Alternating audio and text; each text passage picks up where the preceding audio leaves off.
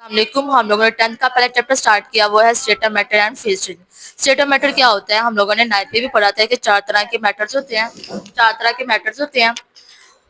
के मैटर्स कौन से होते हैं? सॉलिड, लिक्विड, गैस, प्लाज्मा होते हैं। उसमें हम लोगों को फेज चेंजेस पढ़नी है, उसमें चेंजेस वगैरह पढ़नी है, इसमें क्या क्या चेंजेस आती हैं। हम लोगों ने ये टॉपिक पहले पढ़ लिया था। ये सारा टॉपिक हम लोगों ने कि इसमें चार तरह के स्टेट होते हैं, लिक्विड, सॉलिड, प्लाज्मा और गैस। हमने पढ़ी थी कि इसमें क्या क्या, उसमें हम लोगों ने काइनेटिक थ्योरी भी पढ़ना। हम लोगों ने जो 9th में पढ़ा था वो सिंपल हम लोगों ने इसकी प्रॉपर्टीज पढ़ी थी, लेकिन जो हम लोगों ने अब पढ़ना वो है काइनेटिक थ्योरी। ये मैंने एक्सप्लेन कर दिया हुआ है टॉपिक, लेकिन जो आज का हमारा टॉपिक है वो है इंटरकन्वेंशन ऑफ फिजिकल स्टेट। हम लोग ने इंटरकन्वेंशन फिजिकल स्टेट पढ़नी है, जो एक से दूसरी जगह जो चीज चेंज हो रही है फिजिकल स्टेट के अंदर। फिजिकल स्टेट मैंने भी आपको बताई है, तीन तरह की होती हैं, लिक्विड, गैस और प्लाज्मा। हम लोगों ने फिजिकल स्टेट तीन तरह की पढ़नी है। तो पहला पॉइंट हमारा ये है convention of solid into liquid melting. Solid से हम लोगों ने लिक्विड पे जाना है, वो है हमारे पास है मेल्टिंग। तो ये हमारे पास क्या सॉलिड और लिक्विड से हम लोगों ने पढ़ना है। यहाँ पे मैंने कुछ पॉइंट लिखे हैं, यहाँ पे पैराग्राफ के तौर पे लिखा है, लेकिन यहाँ पे मैंने कुछ पॉइंट पे लिखा है। मैंने पहले लिखा है व्हाट हैपन हीटिंग। हम लोग जब हीटिंग देते हैं उसमें क्या असर पड़ता है? Heat increase kinetic energy of solid particle. हम लोगों ने ये चैप्टर काइनेटिक में पढ़ना था, तो हम लोगों ने काइनेटिक में ये पढ़ना है। जब जैसे जैसे हीट देतेंगे तो काइनेटिक एनर्जी क्या करेगी? सेल पार्टिकल्स को वीक करती जाएगी। Particle vibrate at high frequency. जैसे हम लोगों ने सॉलिड को पिघला रहे हैं तो जाहिर इसके अंदर वाइब्रेट होगा, और सारी चीजें क्या होंगी? सब पार्टिकल्स में जो बॉन्ड है वो वीक होते जाएंगे। Force of attraction between particle weakens. वही बात है, जैसे अट्रैक्शन क्या होती है? फोर्स की दो पॉसिबिलिटीज होती हैं, एक अट्रैक्शन होती है, एक रिपल्शन होती है। जैसे अट्रैक्शन में क्या होती है कि जैसे जो हमारे पास साइन होते हैं पॉजिटिव और नेगेटिव, वो सेम हो तो हमारे पास अट्रैक्शन होती है।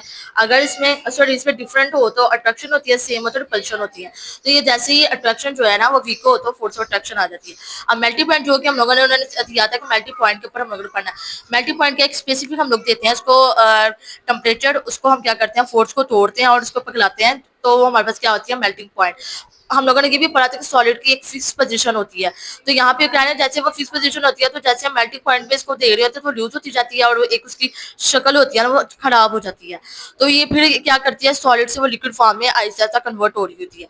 अब ड्यूरिंग मेल्टिंग क्या है कि जैसे वो मेल्टिंग के प्रोसेस में आएगा तो टेम्परेचर ही उसका कॉन्स्टेंट हो जाएगा। मेल्टिंग पॉइंट पर जितनी भी इसकी हीट है वो क्या कर रही है? इंटर पार्टिकल्स को ब्रेक कर रही है। जैसे ये एग्जाम्पल है, जैसे ये आइस है, आइस को पिघलाएंगे तो वाटर फॉर्म में हो जाएगा, इसका टेम्परेचर क्या हो जाएगा? 0। जैसे ये देखिए आपकी बुक में भी लिखा है मेल्टिंग ऑफ आइस। तो ये मैंने आपको एग्जांपल दी है, physical state of interconversion of solid into liquid. तो ये टॉपिक था हमारा आज। तो दूसरा टॉपिक जो है हमारे पास वो है, ये है conversion of liquid into gas, boiling. हम लोगों ने लिक्विड से गैस की तरफ जाना है तो हम लोगों ने वो प्रोसेस करना है, बॉइलिंग। तो यहाँ पे अगेन हम लोग अपने नोट्स खोल लेते हैं, जो हम लोगों ने नोट्स खोल लिया। Conversion of liquid into gas and boiling and evaporation. अब एवापोरेशन क्या होती है? जो बॉइलिंग पॉइंट से पहले जो एवापोरेशन प्रोसेस होता है उसको हम कहते हैं एवापोरेशन। एवापोरेशन में क्या होता है कि जो जितना भी सरफेस जो टेम्परेचर होता है उसको लिक्विड करने के लिए, लिक्विड तो वो हुआ ही होता है, लेकिन क्या करता है जब जैसे इसको टेम्परेचर को हीट दे रहे होते हैं, एवापोरेशन का काम होता है कि उसको सरफेस को कवर करता है, उसके अंदर हीट का जो जितना भी प्रोसेस को स्पीड अप करता है। तो ये देखिए, molecule escape from the surface of liquid. जितना भी सरफेस होता है लिक्विड को क्या कहा जाता है? जल्दी इसको वाइब्रेट कहा जाता है टेम्परेचर के ऊपर, happen only at the surface but through out the liquid. Liquid वो जब एवापोरेशन फॉर्म में होता है तो लिक्विड फॉर्म में नहीं रहता, बल्कि वो एवापोरेशन फॉर्म में रहता है, मतलब भाप की तरह हो जाता है। Heating a liquid increase kinetic energy of molecules, evaporation speed up. तो जैसे ही वो काइनेटिक एनर्जी की तरफ मॉलिक्यूल बढ़ती है तो उसको स्पीड अप कर देती है एवापोरेशन की। हमारे पास एवापोरेशन का पॉइंट आ गया। बॉइलिंग पॉइंट के प्रोसेस में जब जाता है तो बॉइलिंग पॉइंट क्या करता है? जैसे टेम्परेचर को लिक्विड में वाइब्रेशन की तरफ करता है, टोटल इंस्टेंट, उसको हम क्या कहते हैं? Boiling point. एटमॉस्फेरिक प्रेशर क्या होता है? जैसे हम किसी को प्रेशर दे रहे होते हैं ना वाटर के अंदर की तरह, हमें प्रेशर चाहिए, ये तरह हम बॉइलिंग पॉइंट को गर्म करते हैं तो उसको हम कहते हैं बॉइलिंग पॉइंट। बॉइलिंग पॉइंट का काम क्या होता है कि इसको वाइपर्स बनाना है, इसको जो ऊपर गैसेस उड़ रही होती है ना भाप की तरह, उसको हम कहते हैं एवापोरेशन के बाद बॉइलिंग पॉइंट कहते हैं। अब टेम्परेचर जैसे ही बॉइलिंग पॉइंट की तरफ आता है तो ये कांस्टेंट हो जाता है टेम्परेचर बॉइलिंग पॉइंट पे। जैसे ही हीट यूज नहीं होती तो टेम्परेचर आहिस्ता आहिस्ता हो तो जो बॉइलिंग पॉइंट होता है वो कॉन्टिन्यूस चलता रहता है।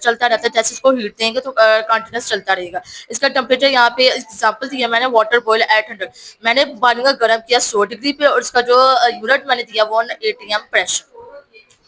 ये हमारा दूसरा टॉपिक ही कवर है। तो हम लोगों ने पहला और दूसरा टॉपिक पढ़ा है।